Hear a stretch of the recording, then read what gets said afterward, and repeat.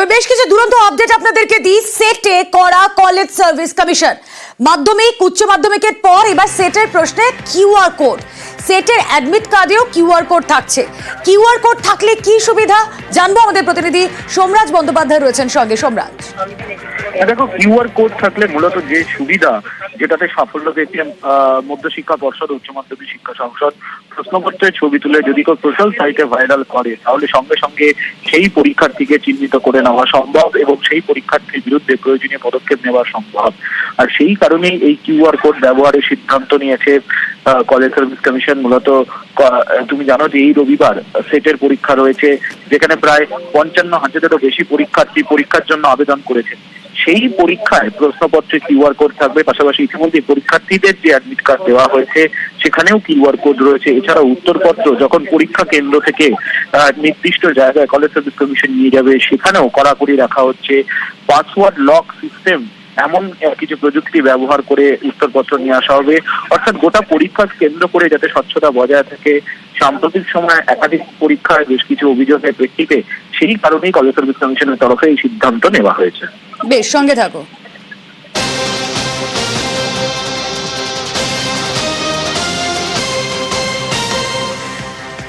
এবার joint entrance নিয়ে update. আগামী বছর 27 এপ্রিল জয়েন্ট এন্ট্রান্স। ইঞ্জিনিয়ারিং জয়েন্টের সূচি প্রকাশ, পরীক্ষার নির্দেশিকা জারি জয়েন্ট এন্ট্রান্স বোর্ডের। বিস্তারিত জানাবেন সোমরাজ বন্দ্যোপাধ্যায় রয়েছেন সঙ্গে। সোমরাজ, দেখো, জয়েন্ট এন্ট্রান্সের ইঞ্জিনিয়ারিং এর প্রবেশিকা পরীক্ষা 2025 সালে নেওয়া হবে আগামী বছরের 27 এপ্রিল। এই মর্মে রাজ্য জয়েন্ট এন্ট্রান্স বোর্ড আজই নির্দেশিকা দিয়ে জানিয়েছে এবং কবে থেকে ছাত্রছাত্রীরা এই জয়েন্টের ইঞ্জিনিয়ারিং ও আর্কিটেকচারের জন্য আবেদন করতে পারবেন সেই সংক্রান্ত তারিখ কিছুদিনের মধ্যেই জয়েন্ট বোর্ডের ওয়েবসাইটে দিয়ে দেওয়া হবে। তবে এবারে জয়েন্ট বোর্ড ইঞ্জিনিয়ারিং এর প্রবেশিকা পরীক্ষা 27 এপ্রিল নেমে এই মর্মে নির্দেশিকা জারি করেছে। বেশ,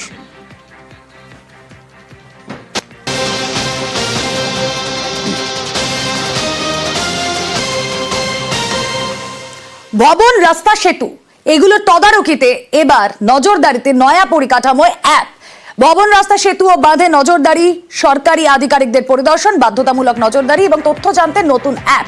এই অ্যাপের মাধ্যমে কিভাবে কি জানা যাবে, সোমরাজ বন্দ্যোপাধ্যায় বিস্তারিত জানাবেন। সোমরাজ, দেখো, বিভিন্ন সময় সরকারি পরিকাঠামো গড়ে ওঠে, কিন্তু নজরদারি ও রক্ষণাবেক্ষণের অভাব থাকায় সেই পরিকাঠামোগুলোতে পর্যাপ্ত উন্নয়ন সম্ভব হয় না।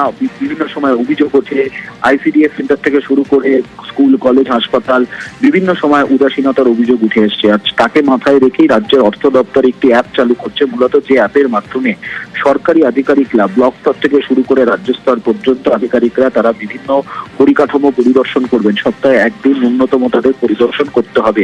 কোথায় কোন জায়গায় কোন পরিকাঠামো, অর্থাৎ কি এলাকা পরিদর্শন করলো তো অ্যাপের মাধ্যমে জানাতে হবে এবং সেখানে যদি সংস্কারের বা পরিকাঠামোগত কিছু সমস্যা তৈরি হয়ে থাকে বা যদি কিছু মানোন্নয়নের প্রয়োজন হয়, রক্ষণাবেক্ষণের প্রয়োজন হয়, সঙ্গে সঙ্গে অ্যাপের মাধ্যমে জানাতে হবে। এবং সেক্ষেত্রে কিভাবে জানানো যাবে তার জন্য 3টি নির্দিষ্ট সংকেত দিয়ে দেওয়া হয়েছে। অর্থাৎ যদি কোনো রকম রক্ষণাবেক্ষণের প্রয়োজন না থাকে তাহলে সবুজ রং, যদি রক্ষণাবেক্ষণের প্রয়োজন থাকে তাহলে হলুদ রং, এবং যদি জরুরি প্রয়োজনে রক্ষণাবেক্ষণের প্রয়োজন থাকে তাহলে সেটি লাল রং সংকেত ব্যবহার করতে হবে এবং গোটাটাই অ্যাপের মাধ্যমে পরিচালিত করতে হবে।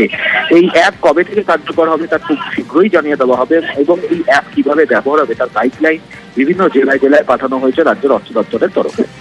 বেশ, ফারাক্কায় নাবালিকা যৌন নির্যাতন খুনে ফাঁসির সাজা, 62 দিনের ফাঁসির সাজা দিল জঙ্গিপুর আদালত। দোষী সাব্যস্ত দীনবন্ধু হালদারের ফাঁসির সাজা, দোষী সাব্যস্ত শুভজিৎ হালদারের যাবজ্জীবন কারাদণ্ড। ফারাক্কায় যৌন নির্যাতন খুনে রাজ্য পুলিশ তদন্ত করে এবং ঘটনার 62 দিনের মাথায় ফাঁসির সাজা জঙ্গিপুর আদালতের।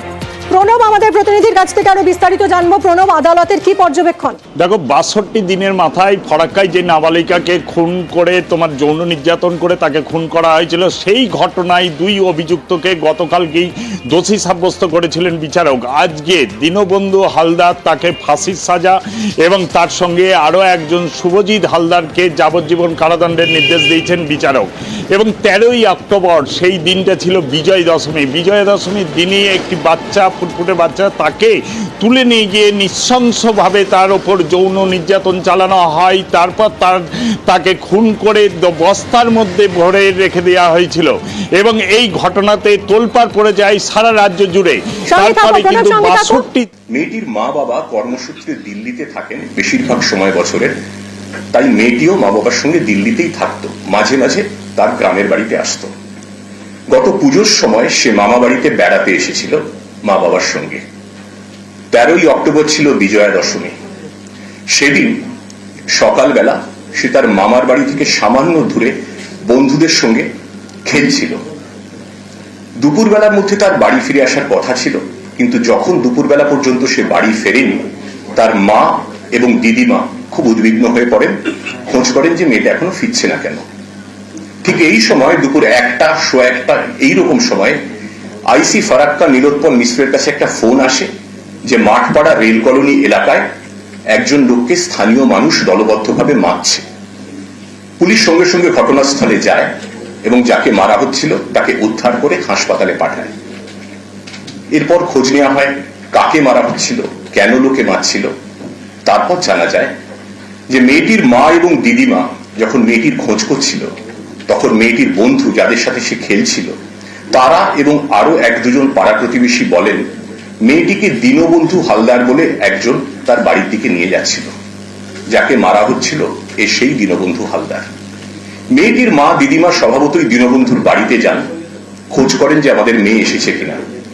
দীনবন্ধু দরজা খোলে না, বন্ধ দরজার ভেতর থেকে সে ছিটকিনি লাগিয়ে দেয় এবং বন্ধ দরজার ভিতর থেকে সে বলে মেয়েটি এখানে আসেইনি। মেয়েটির মা এবং দিদিমা আবার খোঁজাখুঁজি করেন। আরো খোঁজাখুঁজির পর তারা আবার ফিরে যান দীনবন্ধুর কাছে।